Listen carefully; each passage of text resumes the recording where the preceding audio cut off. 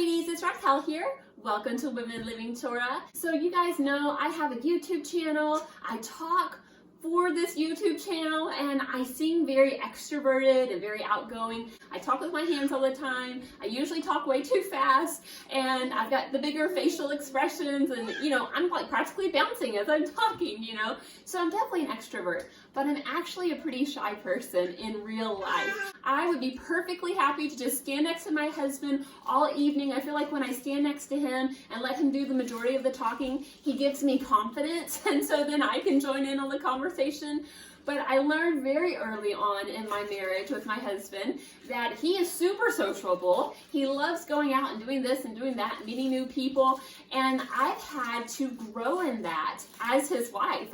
He wants to invite people over to our house. Okay. Take a deep breath. Start preparing the meal, you know what I mean? Like, I've had to really grow in being sociable and just welcoming people into my life. And it's really funny because if you were to talk to my friends, they would say, oh, Raquel is the one who's so social, and she's the one who plans all of the different social events and stuff like that. And it is true that I am usually the one planning that now, but it wasn't always that way. And even still, after all these years of practice, just because my husband's taken me here and taken me there, I still am somewhat uncomfortable. But even though I feel uncomfortable reaching out to other people, I do see the value in it. I have built such beautiful friendships within our Torah community. I am so grateful for my friends. I have the most amazing women in my life. And I know that if I had just stuck by my husband's side the whole time, I wouldn't have built those friendships, And Yahweh commands us to love our neighbor as ourselves. And I know that I can't live this life alone. Yahweh created us to dwell within community. And so I'm so grateful for my husband because he's definitely strong in this area and I'm weak in this area. And I have been able to learn from him and grow over the years in reaching out to people and building friendships with people. And so there are really 4 ways that our family has really built some close relationships within our Torah community that I think you can implement as well if you're looking to build friendships and relationships in your Torah community. The first one is to have people over for dinner to your house. I love to put on an Erev Shabbat party, and so that's a great time for me to bring people over. And at least for me, I like having people over to my house because this is my comfort zone. I'm more comfortable in my house, and it's not just like tons of new things and people I don't know and unfamiliar places all stacked up on top of each other, but I can welcome them into my home. I get to serve them. I get to make them feel comfortable. I get to play hostess, and that just really helps me to warm up to people and it's like I'm welcoming them into my life because I'm welcoming them into my home, and that has really gone a long way in building friendships with other people in our Torah community.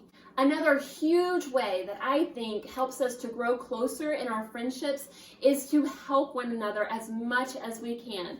Whether we're sick or we're pregnant, postpartum, just overwhelmed, whether there's a time-sensitive task that needs to be done, if our friends are in need of help and we can meet that need, then let's be there. Let's show up and support them. And I truly believe this takes friendships to a whole new level. Like, you really grow close together and bond over these times that you're helping one another. I've been on the receiving end of this, and I've been blessed to give as well.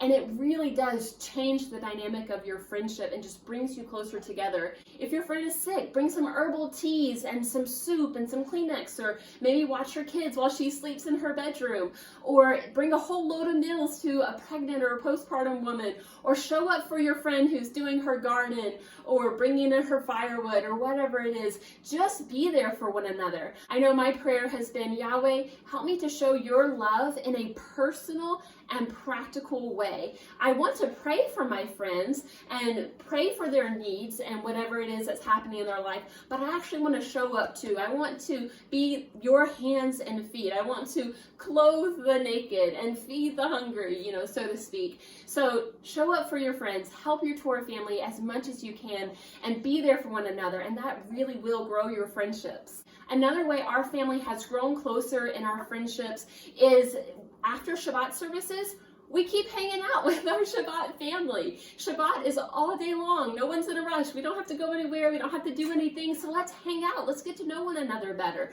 We can talk about the word. We can talk about life. So there have been times we've gone to the playground after Shabbat services. We've gone to the river or to the lake. We've gone swimming. We've had people boating. We've had people fishing. And we're just spending time together, getting to know one another. And I better finish this up quick because this little Jew's ready for me to go. But I was going to mention the very last way that I notice we can really grow our friendships within the Torah community is to break out our Bibles and to have Bible studies. Not debates, not arguments, but Bible studies and discussion. But I find that when we are in the Word of God together and we're really delving in it, and not saying me against you, but what do the scriptures say, that you really grow together because you're bonding over the Word of God. You know, you are talking about one of the most important things you can talk about, which is about the Lord and His Word, and that just brings you together in a really strong way. So ladies, I want to encourage you, get out of your comfort zones, reach out to the other ladies that are in your Torah community, build those friendships. And I speak as a woman that it does not come natural to. It is worth it. It is worth it to be uncomfortable for the sake of loving your neighbor as yourself, of building those friendships, of being there for one another, and you will be blessed. I'd love to hear from you. What are different ways that you build friendships within your Torah community? Let me know in the comments. Until next time, I pray that Yahweh will bless you and keep you. I'll talk to you later. Goodbye.